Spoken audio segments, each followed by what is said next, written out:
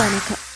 இரவு நேர பிரதான செய்திகளின் ஊடாக நர்மதா சிறையில். முதலில் தலைப்புச் செய்திகள். சாதாரண தர பரீட்சைக்கு தோற்றவுள்ளோருக்கு வெளியான முக்கிய அறிவிப்பு. தற்கொலைப்படை தாக்குதல், பாகிஸ்தான் இராணுவத்திற்கு ஏற்பட்ட பேரிழப்பு. இனி விரிவான செய்திகள்.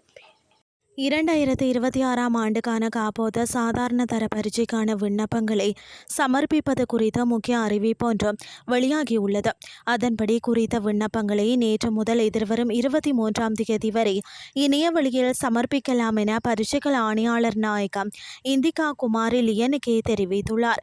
அனைத்து பாடசாலை விண்ணப்பதாரர்களும் தத்தமது பாடசாலை அதிபர்கள் மூலமாக விண்ணப்பங்களை சமர்ப்பிக்க வேண்டும் எனவும், தனிப்பட்ட பரீட்சார்த்திகள் தனித்தனியாக விண்ணப்பங்களை சமர்ப்பிக்க வேண்டும் எனவும் குறிப்பிடப்பட்டுள்ளது. தனிப்பட்ட விண்ணப்பதாரர்கள் விண்ணப்பிக்கும் போதும் தங்கள் தேசிய அடையாள அட்டையை பயன்படுத்த வேண்டும் என்பதுடன், அடையாள அட்டை இல்லாத விண்ணப்பதாரர்கள் தங்களது பாதுகாவலரின் தேசிய அடையாள அட்டையை பயன்படுத்தி பதிவு செய்து கொள்ள வேண்டும் என தெரிவிக்கப்பட்டுள்ளது. விண்ணப்பதாரர்கள் பரீட்சைகள் திணைக்களத்தின் உத்தியோகபூர்வ இணையதளத்தில் பிரவேசித்து விண்ணப்பங்களை சமர்ப்பிக்க முடியும் என பரீட்சைகள் ஆணையாளர் நாயகம் தெரிவித்துள்ளார்.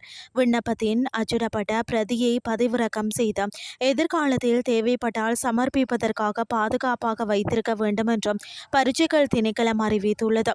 பாடசாலை மாணவர்களின் விண்ணப்பங்களை சமர்ப்பிப்பதற்கு தேவையான பயண பெயர்கள் மற்றும் கடவுச்சொற்கள் பாடசாலை அதிபர்களுக்கு ஏற்கனவே வழங்கப்பட்டு விட்டதாக பரீட்சைகள் ஆணையாளர் நாயகம் தெரிவித்தார். அத்துடன் ஜூலை மாதம் 23ஆம் தேதி நள்ளிரவுக்கு பின்னர் இப்பரீட்சைக்காக விண்ணப்பிக்க முடியாது என்பதுடன், எக்காரணம் கொண்டும் விண்ணப்பங்கள் ஏற்றுக்கொள்ளப்படும் இறுதி திகதி நீக்கப்பட மாட்டாது எனவும் அத்திணைக்களம் அறிவித்துள்ளமை குறிப்பிடத்தக்கது. இனி வெளிநாட்டு செய்திகள்.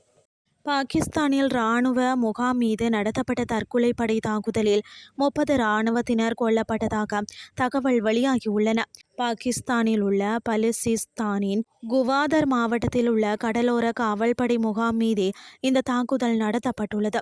வெடிகுண்டு நிரப்பப்பட்ட வாகனம் ஒன்று அந்த முகாம் மீது மோதி வெடிக்க வைக்கப்பட்டது. இந்த தாக்குதலுக்கு பலுச் விடுதலை படை அமைப்பு பொறுப்பேற்றது.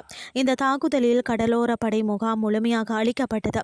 தற்கொலை தாக்குதல் நடந்த உடனேயே எங்கள் அமைப்பின் போராளிகள் முகாம் மீது அனைத்து பக்கங்களில் இருந்தும் தாக்குதலை தொடங்கினர். இந்த தாக்குதல்களில் 30 பாகிஸ்தான் இராணுவ வீரர்கள் பலியானார்கள், ஏராளமானோர் காயமடைந்தனர் என தெரிவித்துள்ளது. தற்கொலை படை தாக்குதல் தொடர்பான 43 வினாடி கொண்ட காணொலி ஒன்றையும் வெளியிட்டது. அதில் வெடிபொருட்கள் நிரப்பப்பட்ட பாரவூர்தி ஒன்று முகாமிற்குள் நுழைவதும், அதைத் தொடர்ந்து ஒரு பெரிய தீப்பிழம்பு எழுவதும் பதிவாகியுள்ளது. ஆனால் இந்த உயிரிழப்பு விவரங்களை பாகிஸ்தான் அதிகாரிகள் உறுதிப்படுத்தவில்லை. செய்திகள் யாவும் நிறைவடைகின்றது.